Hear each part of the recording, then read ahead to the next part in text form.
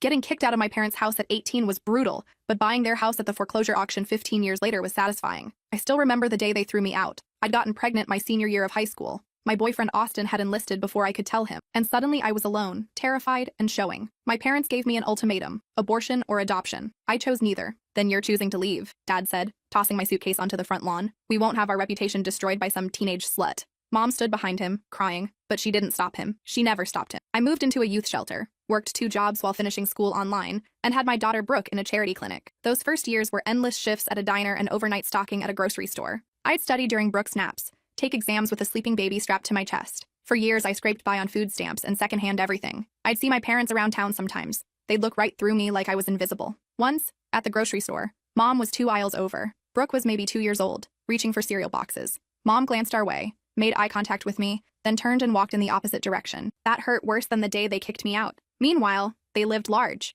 Dad's construction business was booming during the housing boom. They bought a boat, took cruises, renovated their kitchen twice. I knew because my brother would post photos on social media, family gatherings I wasn't invited to. On Brooke's 5th birthday, I walked past their house and saw them hosting a party for my younger brother's kid. Balloons, bounce house, a pony. My daughter got a thrift store bike and a homemade cake. She never complained. She didn't know any different. But I was building something. Every tax return went into savings. Every promotion, every raise. I lived like I was still broke and banked the difference. I took night classes in business management, worked my way up from receptionist to office manager to operations director. I bought a modest house in a good school district. I built credit. I built a life. Then 2008 hit. Dad's business collapsed overnight. Suddenly, the man who'd called me a financial burden was drowning in debt. The same man who'd said I'd never amount to anything was begging banks for extensions. I'd spent those years preparing for exactly this moment, and they'd spent them assuming their luck would never run out. I heard through my brother that they were losing the house. He called me, desperate. Could I help them? Just a loan, he said. They'd pay me back. I said no. He called me heartless, said I was punishing them for one mistake,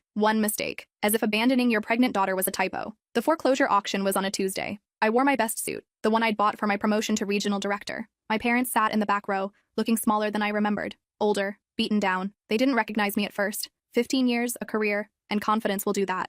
I'd gone from the scared teenager they'd thrown away to someone who could write a check for their entire life. When I made the winning bid, Dad's face went white. Mom started crying those same useless tears, the kind she'd cried while watching him destroy me, the kind that never actually changed anything. I walked up to them after the gavel fell. You'll need to be out by the end of the month, I said calmly. I'm renovating. How could you do this? Mom whispered. We're your parents. You stopped being my parents the day you chose your reputation over your daughter, I replied. I'm just the person who bought a house at auction. Business, not personal. Dad tried to speak, but I was already turning away. Then he said something that stopped me cold. Something about what was still hidden here, what I'd never find. His face had this strange expression. Not quite fear, not quite smugness, something else. But here's what they didn't know yet. What nobody knew. The real reason I'd bought this house, and what I'd found hidden in the walls during the inspection. The inspector had been a thorough woman named Diane. She'd been crawling through the attic when she called me up. You need to see this, she said, her voice strange. Behind the insulation in the far corner, someone had cut a hole in the drywall and sealed it with a piece of plywood. Inside was a metal lockbox. We didn't open it. That wasn't her job. But I took photos, documented everything,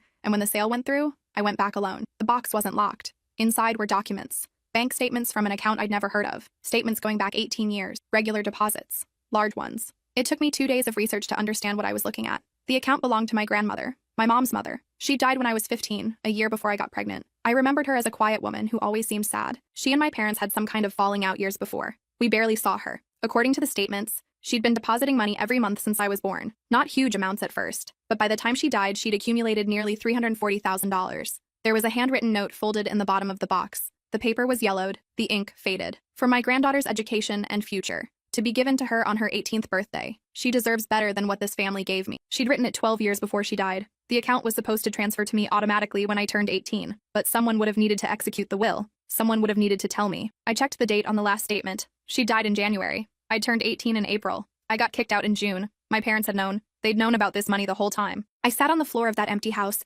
surrounded by dust and my parents' abandoned furniture, and tried to understand what I was holding. My grandmother had left me a future. My parents had buried it in a wall. But why? And why hide the evidence instead of just destroying it? I started digging through the rest of the documents. There were letters from lawyers, notices about the estate, a copy of the will, and then I found it. The answer. The money wasn't just for me. According to the will, if my parents properly executed the estate and ensured I received my inheritance, they would receive an equal amount from a separate trust my grandmother had established. $340,000 for me, $340,000 for them. But if they failed to do so, if they concealed the inheritance or prevented me from receiving it, they would get nothing. The entire amount would eventually go to charity. They'd had a choice. do the right thing and get paid for it, or be themselves and lose everything. They chose wrong. And then they hid the evidence of their choice in the wall, probably assuming the house would stay in the family forever, that no one would ever find it. I called the law firm listed on the documents. It took several transfers, but I finally reached someone who remembered the case. An attorney named Mitchell who'd worked with my grandmother. We tried to contact you, he said, multiple times. Your parents told us you'd run away, that they had no idea where you were.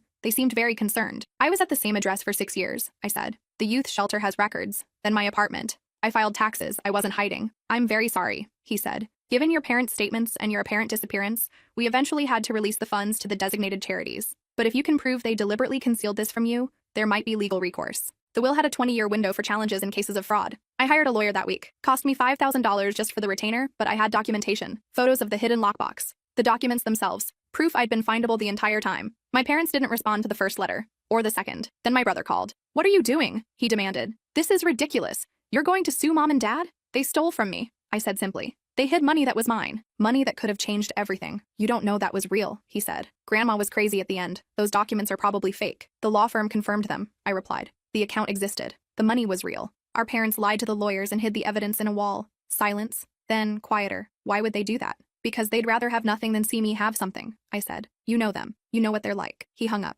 The legal process was slow. Depositions. Document reviews. My lawyer explained that even if we won, the money was gone. The charities had spent it years ago. But we could sue my parents for damages, for the value of what I should have received, plus interest, plus penalties for fraud. It'll bankrupt them, my lawyer said. They're already in debt from the foreclosure. They're living in a rental. Your dad's on disability. They have nothing left. Good, I said. During Dad's deposition, his lawyer tried to claim they'd acted in my best interest, that I'd been too young and irresponsible to handle that much money, that they'd planned to tell me eventually. When? My lawyer asked. When were you planning to tell her? Dad stared at the table. When she came back to us, he finally said. When she apologized for what she put us through. That statement became Exhibit A in proving fraud. Mom's deposition was worse. She cried through the whole thing, talking about how hard it had been when I got pregnant, how embarrassed they were, how they'd tried to do the right thing by offering me options. Kicking her out was an option? My lawyer asked. She made her choice, Mom said. We gave her chances. And the money? My lawyer pressed. The inheritance from your mother? Mom's face went blank. That was different. That was complicated. My mother never understood our family. She was always trying to interfere. So you hid it from your daughter out of spite? My lawyer asked. Or were you punishing her for getting pregnant? Or was it simply greed? We thought she'd waste it, Mom whispered. We thought we were protecting her. By keeping it hidden in a wall while she lived in a shelter, my lawyer said. By lying to the lawyers trying to find her? By watching her struggle for years while you went on cruises with money that should have been hers? Mom didn't answer, just cried harder. The same useless tears. The trial lasted 4 days. The jury deliberated for 6 hours. They found in my favor. Awarded me $680,000 in damages, double the original inheritance to account for what both Brooke and I had lost, plus legal fees, plus 15 years of accrued interest at the maximum legal rate. The final judgment came to just over $1.2 million. My parents didn't have it. The court ordered the sale of any remaining assets, garnishment of Dad's disability payments, and a payment plan that would follow them for the rest of their lives. But I wasn't done. During the trial, more family secrets came out. My brother testified, reluctantly, about conversations he'd overheard. Apparently, when I'd gotten pregnant, Dad had been furious not because of the shame, but because he'd been planning to leverage my marriage to secure a business partnership. He'd already had discussions with a potential investor who had a son my age. My pregnancy had killed that deal, so he killed my future in return. The judge had been visibly angry during closing arguments. He'd mentioned the case in the local paper, calling it one of the most clear-cut examples of parental financial abuse he'd seen. That article got picked up, then shared. Suddenly, I was getting interview requests. People wanted to hear about the mother who'd hidden her daughter's inheritance in a wall. I said no to most of them, but I did one interview with a reporter from a women's rights publication. I told the whole story, the pregnancy, the eviction, the years of struggle, Brooke growing up in poverty while my parents took vacations, the hidden money, the lawsuits, everything. The article went viral. My parents' names were published. Their faces were in the photos. The comments section filled with thousands of messages, people calling them monsters, people sharing their own stories of parental betrayal. My brother called me furious. You've destroyed them, he said. They can't go anywhere without people recognizing them. Mom's been getting death threats. Was this worth it? Humiliating them publicly? They humiliated themselves, I said. I just told the truth. You're vindictive, he spat. You always have been. You can't let anything go. They stole from me, I said. They lied to me. They watched me suffer and did nothing. They hid money that could have sent me to college, that could have given Brooke a better childhood, and they hid it in a wall because they'd rather destroy it than let me have it. And you're defending them? I'm trying to keep this family together, he said. There is no family, I replied. There never was. Just people who shared DNA and used each other. I hung up. Haven't spoken to him since. Brooke was 16 when the trial ended. She'd sat through some of it, heard the testimony, learned things about her grandparents she'd never known. I'm glad I never knew them, she said afterward. I'm glad they weren't in my life. Me too. I agreed. She'd grown up well, despite everything. Smart, kind, hardworking. She'd just been accepted to college with a partial scholarship. The settlement money would cover the rest, plus graduate school if she wanted. She'd never have to struggle like I did. Sometimes I wondered what my life would have been like if my parents had just done the right thing. If they told me about the inheritance on my 18th birthday like they were supposed to. I could have gone to college. Could have provided better for Brooke from the start. Could have avoided years of poverty and exhaustion. But I also wouldn't have learned what I learned. Wouldn't have built what I built. Wouldn't have become who I became. I'd survived without them. Thrived without them. And when I'd finally had the chance to take something from them the way they'd taken from me, I'd done it without hesitation. The house renovations took 8 months. I gutted the whole place. Tore out walls, redid floors, modernized everything. The hole in the attic where the lockbox had been hidden, I turned into a small display case. Inside, I put a copy of my grandmother's note, a reminder of what had been stolen and what I'd reclaimed. Brooke and I moved in on her 17th birthday. The house that had once represented my parents' rejection now represented my success, my survival, my refusal to let them define my worth. The first night, we sat in the kitchen, the same kitchen where Dad had told me I was a disgrace. Brooke made us tea. We didn't talk about the past. We talked about her college plans, her future, her dreams. She wanted to study law, specifically family law. She wanted to help kids who got trapped in situations like mine, who had parents who saw them as property or problems instead of people. You're going to be amazing at that, I told her. I learned from the best, she said, echoing my own words from the auction. A few weeks after we moved in, I got a call from an unknown number. I almost didn't answer, but something made me pick up. This is Patricia Chen, a woman's voice said. I was your grandmother's estate attorney. I'm calling because something's come to my attention. My stomach dropped. What is it? Your grandmother had a safety deposit box, she said. We didn't know about it during the original estate settlement. It was at a different bank, under a slightly different name. The bank recently contacted us during their audit of old boxes. I've reviewed the contents. I think you should come see them. The box was small. Inside were more letters. These ones addressed to me specifically, written over the years. Birthday letters my grandmother had written but never sent, knowing my parents would intercept them. I read them in the bank's private room, tears streaming down my face. She'd known what my parents were like. She'd seen how they treated me. The letters referenced arguments she'd had with my dad about his controlling behavior, concerns she'd raised with my mom about the way they parented. In the last letter, written just months before she died, she'd written, "By the time you read this, I'll be gone. I'm sorry I couldn't protect you while I was alive. Your father is my daughter's husband, and she chose him over me years ago. I tried to warn her what kind of man he was. She didn't listen. But I can protect you from beyond the grave. This money is yours, not theirs. Make sure you fight for it if they try to take it. You deserve better than this family gave me. You deserve better than they'll ever give you." She'd known they'd try to steal it. She'd tried to set up safeguards. The requirement that they'd forfeit their share if they concealed mine. The 20-year window for challenging fraud. She'd anticipated their selfishness and tried to plan around it, but she'd underestimated their willingness to destroy what they couldn't have. Or maybe she hadn't. Maybe she'd known they'd hide it. Maybe she'd counted on me finding it eventually. Maybe this was always the plan. Let them think they'd won, let them reveal their true nature, and then let the truth destroy them. I'd never know. But sitting in that bank vault, reading letters from a grandmother I'd barely known, I felt connected to her in a way I never had when she was alive. She'd seen me, really seen me, and she'd tried to save me. There was one more item in the box, a smaller envelope with "Open Last" written on it. Inside was a check, made out to me, for $50,000. A note explained, "This is from a separate account, one your parents never knew about. I had a feeling they might try something with the main inheritance. Consider this my backup plan. Use it well. I wish I could have known you better. I wish I could have been braver, but at least I can give you this, a chance to be free." The check was 18 years old. I wasn't sure it would still be good, but I deposited it anyway, and somehow, miraculously, it cleared. Some ancient account that had been sitting dormant all these years waiting for me. I didn't tell my parents about it. Didn't tell anyone except Brooke and my lawyer. It was mine. My grandmother's final gift. A secret she'd kept even from the estate attorneys. I put $40,000 of it into a trust for Brooke's future. The other $10,000 I donated to the youth shelter that had taken me in when I was 18. They were still operating, still helping teenage mothers who had nowhere else to go. I gave it anonymously, but I included a note. From someone you helped years ago. Thank you for being there when my family wasn't. 5 years have passed since the trial. Brooke graduated college with honors. She's in law school now, top of her class. She's dating a kind man who treats her well. She's happy. I'm still in the house. Still working, though I scaled back to part-time after the settlement. I volunteer at a women's shelter now, helping young mothers navigate the legal system, showing them it's possible to build a life even when your family abandons you. My parents are still alive, still struggling, still making minimum payments on the judgment that will follow them to their graves. I see updates sometimes through my brother's social media, though he's blocked me. They look old, tired, broken. I feel nothing when I see those photos. Not satisfaction, not regret, nothing. They made their choices. They chose their pride over their daughter, their greed over their granddaughter, their reputation over the truth, and they lost everything because of it. Mom tried to reach out once about 2 years ago, a long email about forgiveness and family and how much time had passed, about how she'd made mistakes but she'd always loved me, how she wanted to be part of Brooke's life, how we should move forward. I deleted it without responding. Some things don't deserve forgiveness. Some people don't get second chances, not because I'm heartless or vindictive, but because they've proven who they are. They've shown me exactly what I'm worth to them, and I finally learned to believe them. Brooke asked me once if I regretted any of it. The lawsuit, the publicity, the complete severing of family ties. No, I said. Do you? No, she said. I just wanted to make sure you were okay with it, that you weren't doing it for me. I did it for both of us, I told her. But mostly I did it for me, for the girl I was. The one they threw away. She deserved someone to fight for her. She had you, Brooke said quietly. She always had you. That's the thing they never understood. When they kicked me out, when they chose to hurt me, they thought they were destroying me. They thought I'd come crawling back eventually, desperate and broken and willing to accept whatever crumbs they offered.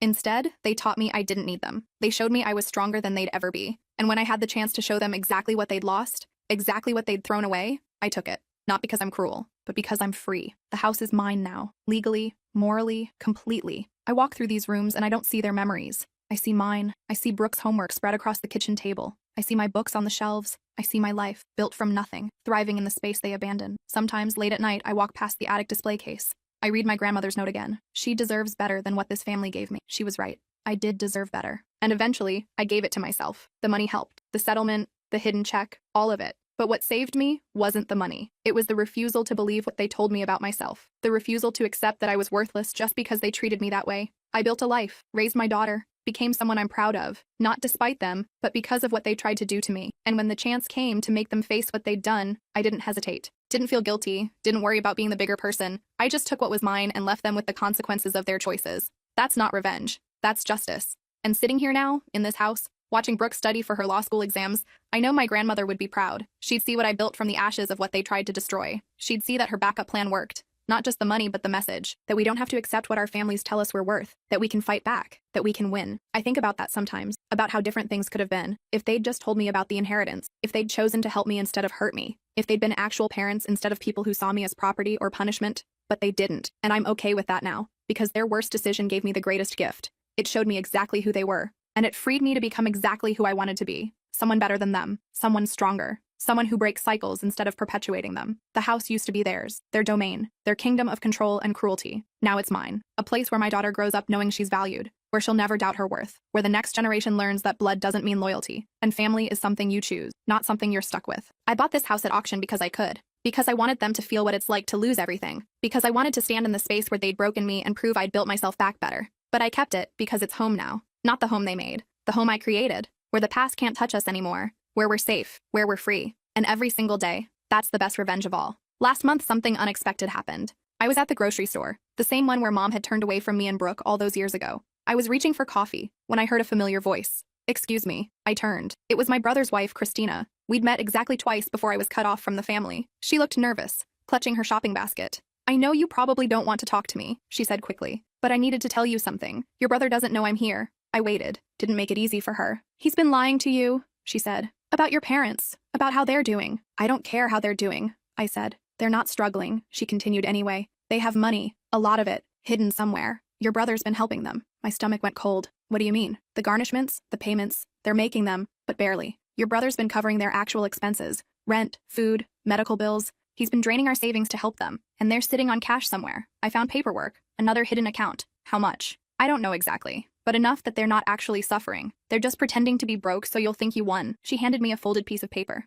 I made a copy. Bank statements. I thought you should know. Your lawyer should know. I took the paper. Why are you telling me this? Because what they did to you was wrong, she said. And because I have a daughter. If my husband would do this to his own sister, what would he do to her? I need to know what kind of family I married into, and I need to get out before it's too late. She left before I could respond, just walked away, leaving me standing there with evidence of another betrayal. I called my lawyer that afternoon, sent him the statements. Within a week, we'd filed a motion to investigate my parents' financial disclosures. The court ordered a forensic audit. They'd hidden $180,000. Money from the sale of assets they'd claimed were worthless. Money from Dad's disability settlements they'd claimed were minimal. Money they'd been funneling through my brother's accounts, and eventually into a new account under a friend's name. The judge was not pleased. Neither was the jury when we went back to court. The new judgment included penalties for fraud, perjury, and contempt. The hidden $180,000 was seized immediately. My brother was investigated for his role, though ultimately not charged, just forced to testify against our parents. Christina filed for divorce a month later. She got custody of their daughter. Last I heard, she'd moved to a different state and changed her name back.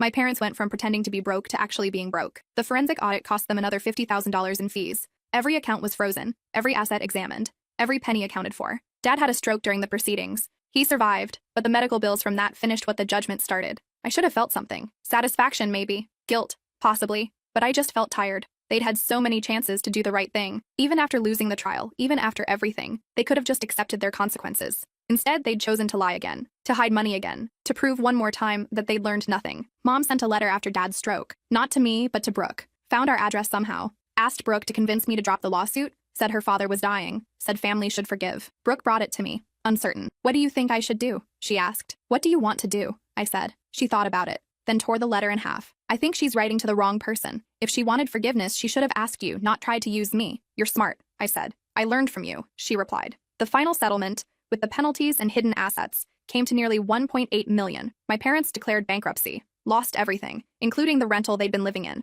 I heard they moved to a senior apartment complex on the other side of town, the kind that accepts people with nothing, government assistance, shared bathrooms, the kind of place they'd always looked down on. My brother lost his house too, paying back the money he'd funneled to them. Last I heard, he was working 2 jobs, living in a studio apartment, trying to rebuild his credit. I took the new settlement money and did something my grandmother would have approved of. I started a foundation for young mothers who'd been abandoned by their families. Full scholarships for education, housing assistance, legal aid, childcare support. I named it after my grandmother. The foundation's mission statement quoted her note. She deserves better than what this family gave me. In the first year, we helped 18 young women finish high school. 12 went to college, 6 went to trade schools. All of them had safe housing and support. In the second year, we expanded, started offering legal assistance to help them get custody, fight for child support, escape abusive situations. One of the first women we helped was named Victoria. She was 19, pregnant, thrown out by her parents when she refused to marry the father who'd assaulted her. We got her into housing, helped her press charges, supported her through the trial. She named her daughter after my grandmother, sent me a photo of the baby with a note. Thank you for showing me that I could survive this,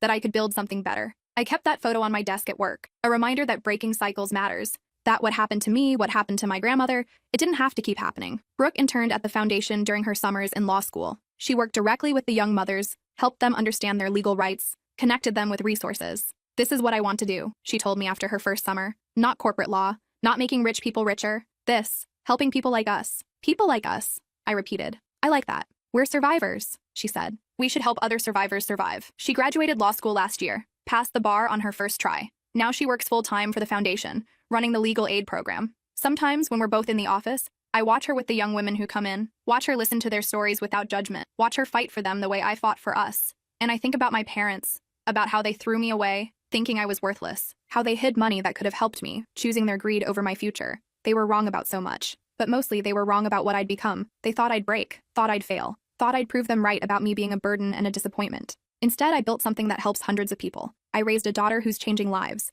I created a legacy that will outlive all of us. And they're in a government-subsidized apartment, broke and alone, paying a debt they'll never finish. I saw Dad once more before he died. It was an accident, really. I was at the hospital visiting one of our foundation clients who'd just given birth. He was there for a follow-up after another stroke. He was in a wheelchair. Mom was pushing him. They both looked so old, so small, nothing like the giants who'd haunted my memories. He saw me. Our eyes met across the hallway. I waited for something. Anger, fear, regret, but there was nothing. Just a moment of recognition. Then I turned and walked away. He died 6 months later. Mom called Brooke to tell her. Not me. Brooke. She wants to know if you'll come to the funeral. Brooke said. No, I said. She said he asked for you. At the end, said he was sorry. He had 15 years to be sorry. I replied. He chose not to be. I don't owe him forgiveness he never asked for when it mattered. We didn't go to the funeral. Neither did my brother, apparently. Just Mom and a few distant relatives who probably didn't know the whole story. Mom lived another 2 years after that. I never spoke to her again. When she died, no one called to tell us. We found out from an obituary online. The obituary listed her survivors. My brother's name was there. Mine wasn't. Even at the end, even after everything, she was still erasing me. It's funny, Brooke said when she showed me. They spent so much energy trying to destroy you, and in the end, you're the one people will remember. The foundation will be here long after anyone remembers their names. She was right. The foundation has grown every year. We've helped over 600 young mothers now. We've prevented evictions, won custody battles, funded educations, changed lives. And my grandmother's name is on every scholarship we give, every piece of literature we distribute, every door we open for someone who needs it. That's the legacy. Not the house, not the money, not even the victory in court. The legacy is in the lives we've changed, the cycles we've broken, the young women who won't suffer like we did because someone was there to help them. I kept my grandmother's letters, all of them. They're in a safe in my office. Sometimes when I'm having a hard day, I take them out and read them. Remember that she saw me, that she tried to save me, that her plan, in the end, worked exactly as she'd hoped. She wanted me to be free. She wanted me to have better than what she'd had, better than what my parents would have given me. And I did. I am. Not just for myself, but for Brooke, for the young women we help at the foundation, for everyone who comes after us. The house is still mine, still home. Brooke moved back in after law school, saves money while she builds her career. We have Sunday dinners together. She brings her boyfriend sometimes. His name is Nathan. He's kind, respectful, treats her like she matters. Nothing like the men my parents would have chosen for her. We cook together in the kitchen where my dad once told me I was nothing. We laugh, we plan, we build futures. And sometimes, late at night, I stand in that attic display case and read my grandmother's note one more time. She deserves better than what this family gave me. Yes, she did. And she got it. We both did. Not from them, but from each other. From the choice to fight. From the refusal to accept what we were told we deserved. The girl who got kicked out at 18 is gone. She grew into someone stronger. Someone who kicks back. And the house that was once my prison? It's a home now. A real one. The kind my parents never knew how to build. That's the story. Not the auction. Not the lawsuit. Not the money or the revenge or any of it. The story is about a girl who was thrown away and decided she was worth picking up. Who built a life from nothing. Who learned that family isn't who shares your blood. It's who shows up when you need them. And in the end, the only person who really showed up was me. So I learned to be enough.